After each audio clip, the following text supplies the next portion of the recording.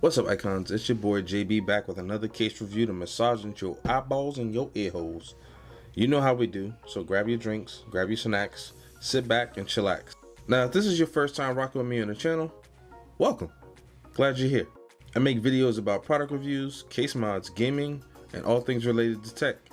So if any of those things are your jam, tickles your fancy, or floats your boat, please smash that subscribe button, bang that bell, and stalk me on social media. The BLAZAR is one of the newest compact ATX case offerings by Raidmax. It measures 408mm tall by 191mm wide by 420mm long. It's rocking a brushed aluminum front panel with an addressable RGB strip running down the front full length of the panel. The front I/O includes the usual suspects: one USB 2, one USB 3, a mic and a headphone jack, a button to control the LED strip that runs down the front of the case, and of course the power and the reset buttons. Now the bottom of the front panel includes the only opening for fresh air to enter into the case. This opening measures 1 inch by 2 inches long and also doubles as your grab point to remove the front panel. Removing the front panel grants you access to 220mm fan mounts as well as a 3.5 inch drive cage, which is mounted and nestled at the front of the PSU shroud.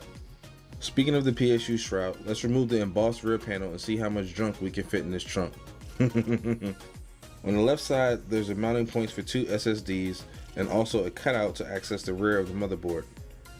Swinging around to the front of the case, it's also sporting a full tinted acrylic side panel to allow you to see all those awesome visuals. On the front side of the PSU shroud is an additional mounting point for an SSD or a 2.5 inch hard drive.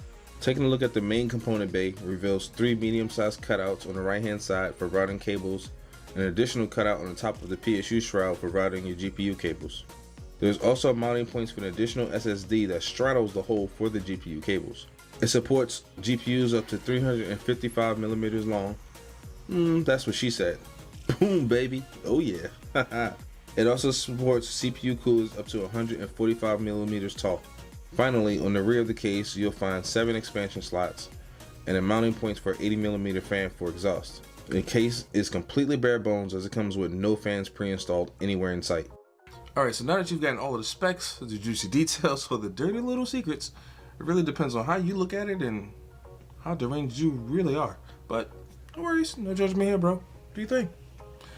Anyway, it always comes down to a minor or major detail, and that's really all dependent on your personal bank account, which is price.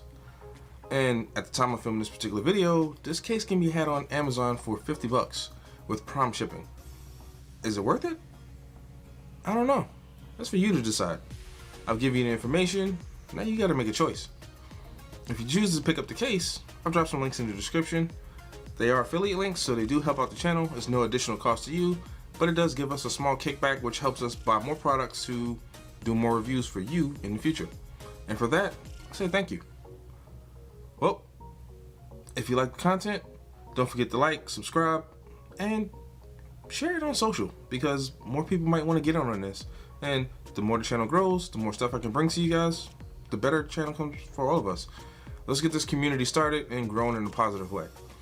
Anyway, I'm JB with Iconic Mods, and I'm gonna catch you in the next one. Peace.